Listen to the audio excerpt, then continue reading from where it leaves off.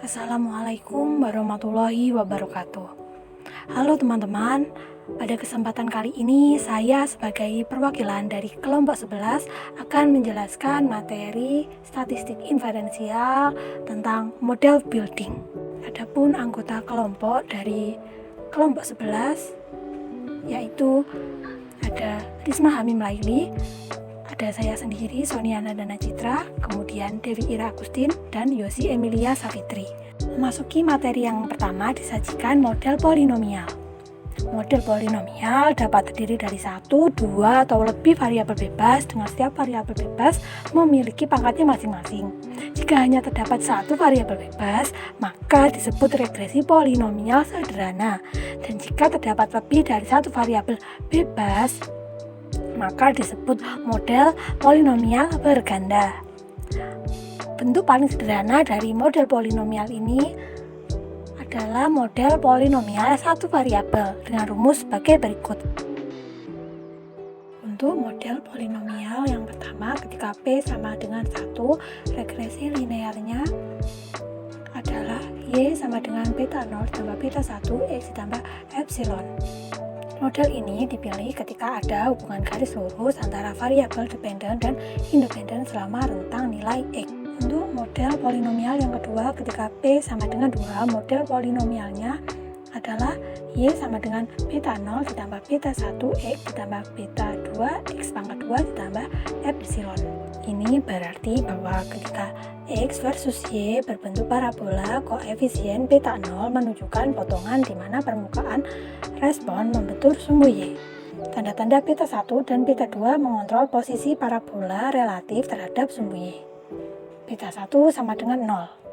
Misal parabolanya simetris dan berpusat di sekitar X sama dengan 0. Jika beta 1 dan beta 2 memiliki tanda yang sama, parabolanya akan bergeser ke kiri. Jika beta 1 dan beta 2 berlawanan tanda, parabolanya bergeser ke kanan. Untuk koefisien beta 2 sendiri mendeskripsikan kelengkungan. Jika beta 2 sama dengan 0, tidak ada kelengkungan. Dapat dilihat pada gambar. Untuk gambar yang pertama, ketika beta 2 negatif atau beta 2 kurang dari 0, grafiknya akan berbentuk cekung.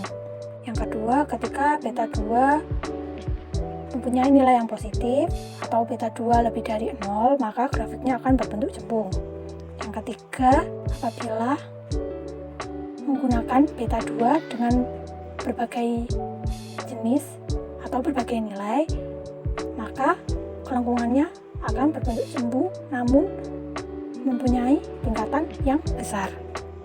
Untuk model yang ketiga, ketika P sama dengan 3 mempunyai rumus Y sama dengan beta 0 ditambah beta 1 X ditambah beta 2 X pangkat 2 ditambah beta 3 X pangkat 3 ditambah epsilon. Rumus ini menggambarkan kelengkungan yang dapat berubah dua kali. Grafiknya dapat dilihat di PPT. Yang pertama, ketika beta 3 negatif, Y menurun selama rentang X. Untuk gambar yang kedua, ketika beta 3 positif, Y meningkat selama rentang X. Untuk yang selanjutnya ada model polinomial dengan dua variabel prediksi. Untuk model orde pertama memiliki rumus Y sama dengan beta 0 ditambah beta 1 X ditambah beta 2 X pangkat 2 ditambah epsilon. Model ini banyak digunakan dalam statistik. Ini berarti bahwa pengaruh satu variabel prediktor pada Y tidak bergantung pada nilai variabel kedua. Misalnya garis regresi sampel dari model orde pertama adalah Y topi sama dengan 5 ditambah 3x1 ditambah 4x2. Untuk menguji hubungan Y dan X untuk beberapa nilai X2 sama dengan 1, 2, dan 3 menghasilkan persamaan di bawah ini. Kemudian diperoleh hasil grafik dari persamaannya sebagai berikut. Dengan model pertama tanpa interaksi menghasilkan garis lurus paralel. Kemudian yang kedua ada model orde pertama dengan dua variabel prediktor dan interaksi. Interaksi artinya pengaruh X terhadap Y dipengaruhi oleh nilai X2 dengan rumus Y sama dengan beta 0 ditambah beta 1 X1 ditambah beta 2 X2 ditambah beta 3 X1 X2 ditambah epsilon. Kita dapat memisalkannya dengan regresi sampel. Y topi sama dengan 5 ditambah 3 X1 ditambah 4 X2 dikurangi 2 X1 X2. Untuk menguji hubungan Y dan X1, untuk S2 sama dengan 1, 2, dan 3 menghasilkan persamaan di bawah ini. Dapat disimpulkan bahwa tidak hanya interseptnya yang berbeda, tetapi koefisien dari X1 bervariasi. Jelas bahwa pengaruh X1 terhadap Y dipengaruhi oleh X2. Untuk garis lurus pada metode ini tidak sejajar yang dapat dilihat pada tabel grafik di samping. Kemudian yang terakhir ada model orde kedua dengan interaksi. Hubungan kuadrat antara Y dan setiap X1 dan X2 bahwa variabel prediktor berinteraksi dalam pengaruh terhadap Y menggunakan model sebagai berikut. Model persamaan dalam interaksi ini terdapat dua model yang dapat dilihat pada PPT. Untuk model yang pertama adalah model persamaan tanpa interaksi, dan model yang kedua adalah model persamaan dengan interaksi. Contoh soal, grafik Y dengan X1 untuk S2 sama dengan 1, 2, dan 3 untuk persamaan berikut. Y sama dengan 1 ditambah 2 X1 ditambah 4 X2. Jawabannya A. Di sini kita membuat grafik Y versus X1 untuk S2 sama dengan 1, 2, dan 3 dalam persamaan dengan mendistribusikan nilai-nilai dari X2 persamaan yang diberikan. Kita mendapatkan Y berikut pada X1 persamaan. Yang pertama, karena X2 sama dengan 1, kita punya Y sama dengan 1 ditambah 2 X1 ditambah 4 dikali 1. Jawabannya Y sama dengan 5 ditambah 2 X1. Untuk yang kedua, karena X2 sama dengan 2, kita punya Y sama dengan 1 ditambah 2 X1 ditambah 4 dikali 2. Jawabannya Y sama dengan 9 ditambah 2 X1. Untuk yang ketiga, karena X2 sama dengan 3, kita punya Y sama dengan 1 ditambah 2 X1 ditambah 4 dikali 3. Jawabannya Y sama dengan 13 ditambah 2 X1. Kemudian dari hasil tersebut kita dapat membuat grafik dan kita dapat melihatnya pada PPT seperti berikut. Untuk materi yang kedua yaitu variabel independen. Variabel independen adalah variabel yang diubah atau dimanipulasi dalam suatu penelitian untuk melihat pengaruhnya terhadap variabel lainnya yang disebut variabel dependen. Pengertian variabel independen menurut Sugiono dalam Zulfikar bahwa variabel independen yaitu variabel yang menjadi penyebab timbulnya atau adanya perubahan variabel dependen yang disebut juga sebagai variabel yang mempengaruhi. Variabel ini memiliki pengaruh atau potensi untuk mempengaruhi variabel dependen yang ingin diteliti. Dalam desain penelitian eksperimen, variabel independen adalah variabel yang diatur oleh peneliti untuk melihat efeknya terhadap variabel dependen. Contoh variabel independen.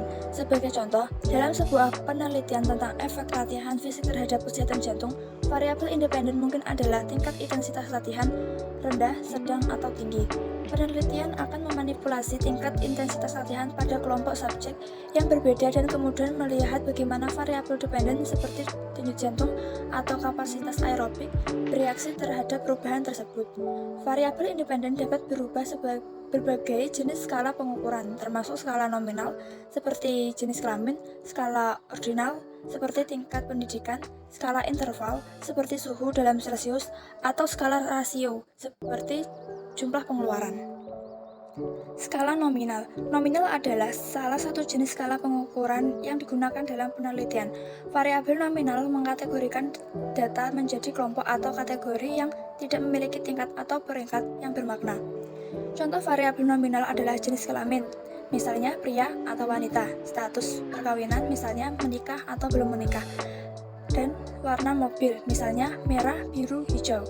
Nominal independen variabel. Dalam konteks ini, nominal independen variabel merujuk pada variabel independen yang memiliki skala pengukuran nominal. Ini berarti variabel tersebut adalah variabel yang diubah atau dimanipulasi dalam penelitian dan terdiri dari kategori-kategori yang tidak memiliki tingkatan atau peringkat yang bermakna. Contoh data nominal. 1. Jenis kelamin, laki-laki, perempuan. 2. Agama, Islam, Kristen, Hindu, Buddha, Konghucu. Yang ketiga, status pernikahan, menikah, belum menikah, cerai. Keempat, warna favorit, merah, biru, hijau, kuning, ungu. 5. Jenis kendaraan, mobil, motor, sepeda, truk. 6. Jenis hewan peliharaan, kucing, anjing, kelinci, burung. 7. Jenis bunga, mawar, tulip, anggrek, melati, lili. 8. Pendidikan terakhir, SD, SMP, SMA, sarjana, magister, doktor. 9. Kategori pekerjaan: pegawai swasta, PNS, wira swasta, mahasiswa, ibu rumah tangga. Yang terakhir, 10. Golongan darah: A, B, AB, O. Contoh uji statistik dengan data nominal dapat dilihat pada tabel di samping. Uji Chi-square untuk mengetahui hubungan jenis kelamin dan preferensi pemilihan produk, yaitu produk A dan produk B. Hasil dan interpretasi. Berdasarkan hasil output pada tabel di samping, diketahui bahwa terdapat 4 responden laki-laki yang memilih produk A dan terdapat 3 responden laki-laki yang memilih produk B.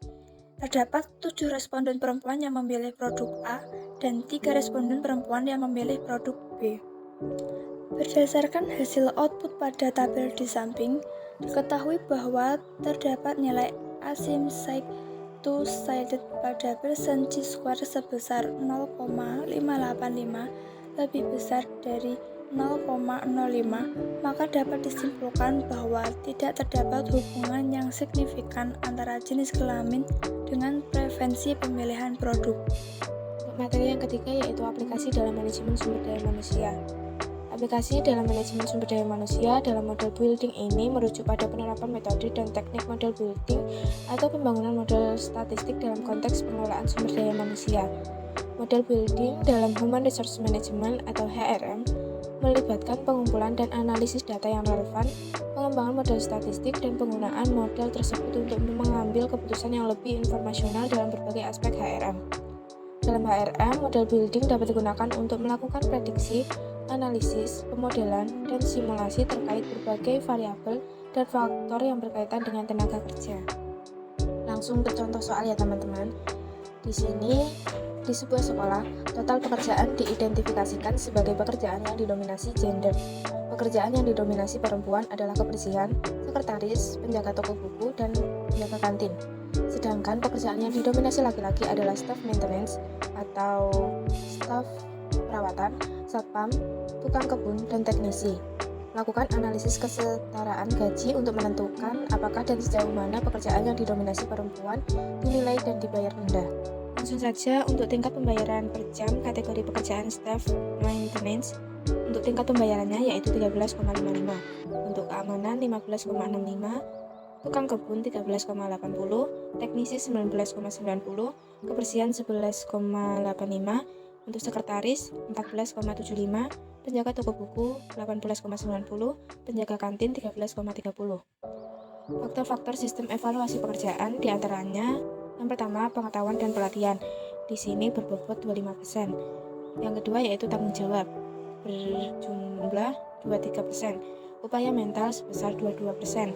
Upaya fisik 15% dan kondisi kerja 15%. Setelah kita mengetahui bobot masing-masing faktor, skor untuk setiap pekerjaan ditentukan dengan memberikan nilai antara 1 sampai 10 untuk masing-masing dari 5 faktor dan kemudian dikalikan dengan bobot. Nilai yang lebih kecil mewakili persyaratan yang tidak terlalu menuntut atau kondisi yang lebih baik.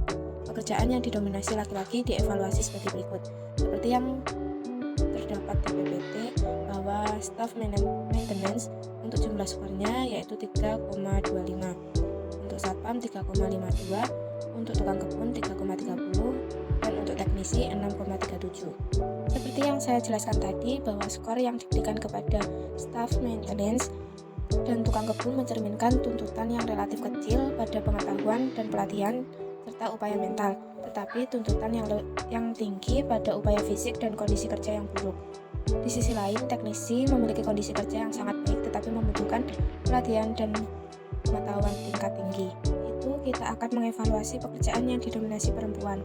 Seperti halnya saat kita mengevaluasi pekerjaan yang didominasi oleh laki-laki dengan memberikan nilai kemudian dikalikan dengan bobot faktor.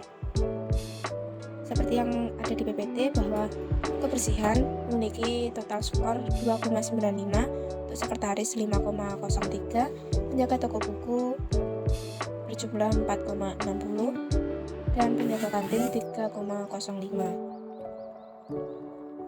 Seperti halnya dengan pekerjaan yang didominasi laki-laki, skor untuk pekerjaan yang didominasi perempuan didasarkan pada penilaian subjektif dan dari persyaratan dan pekerjaan yang diperlukan oleh pekerjaan tersebut. Skor dan variabel indikator digunakan sebagai variabel independen dalam analisis regresi dengan gaji sebagai variabel dependen. Data berikut digunakan dalam analisis regresi. Untuk data yang digunakan dalam analisis regresi yaitu dengan mencantumkan tingkat pembayaran, jumlah skor yang sudah kita hitung tadi, serta gender, di mana jenis kelamin untuk angka 1 digunakan untuk pekerjaan yang didominasi laki-laki, dan untuk angka 0 digunakan untuk pekerjaan yang didominasi perempuan. Setelah itu, kita akan mencari hasil akhir regresi menggunakan cara cepat di Excel seperti yang sudah kita pelajari dalam mata kuliah praktik statistik dengan hasilnya seperti ini. Dapat disimpulkan bahwa pekerjaan laki-laki dibayar rata-rata 0,65 lebih tinggi daripada pekerjaan yang didominasi perempuan setelah disesuaikan dengan nilai setiap pekerjaannya. Regresi bertahap. Teknik pembangunan model. Ada 3 teknik umum untuk pembangunan model regresi berulang. Yang pertama, seleksi maju, eliminasi mundur, regresi bertahap. Teknik umum keempat tidak berulang. Ini disebut regresi himpunan bagian terbaik. Subset terbaik memeriksa semua kemungkinan kombinasi variabel fitur. Model Proof of yang biasanya mahal secara kompetensi. Analisis dapat menentukan jumlah fitur maksimal. Analisis dapat meminta 2 atau 3 model terbaik untuk setiap jumlah variabel fitur. Mereka tidak akan selalu menghasilkan model terbaik yang sama. Cepat. Seluruh tujuan pembuatan modal regresi adalah untuk mengurangi jumlah kesalahan kuadrat SSE ke nilai sekecil kemungkinan tanpa overfitting. Model paling sederhana yang paling menjelaskan varian maksimum. Yang pertama, kami memutuskan menggunakan nilai ambang batas nilai P dan lain-lain pada statistik F parsial kombinasi untuk pengurangan SSE. Yang kedua, paling maju, menambahkan fitur satu persatu ke model kosong hingga tidak ada fitur yang melebihi nilai ambang batas. Fitur tidak pernah keluar sekali masuk. Yang kedua, menghapus fitur dari model angka satu persatu hingga tidak ada fitur yang melampaui nilai ambang batas. Fitur tidak pernah kembali setelah dihapus. Rumusnya, langkah sama dengan maju ditambah kembali. Regresi berlangkah. Stepwise hanyalah kombinasi dari seleksi maju dan eliminasi mundur. Ada 2 nilai ambang, masuk dan keluar. Biasanya ambang batas untuk keluar diatur lebih bebas, misalnya 0,05 untuk masuk dan 0,10 untuk keluar. Ini memiliki efek stabilitas sehingga fitur tidak terbang masuk dan keluar dari modal. Maju sampai evaluasi, mundur evaluasi titik-titik jadi berlangkah. Pada setiap langkah kami mengevaluasi model. Jika fitur tidak lagi berkontribusi pada pengurangan SSE, fitur tersebut akan dihapus lalu kita maju lagi. Pro dan kontra stepwise.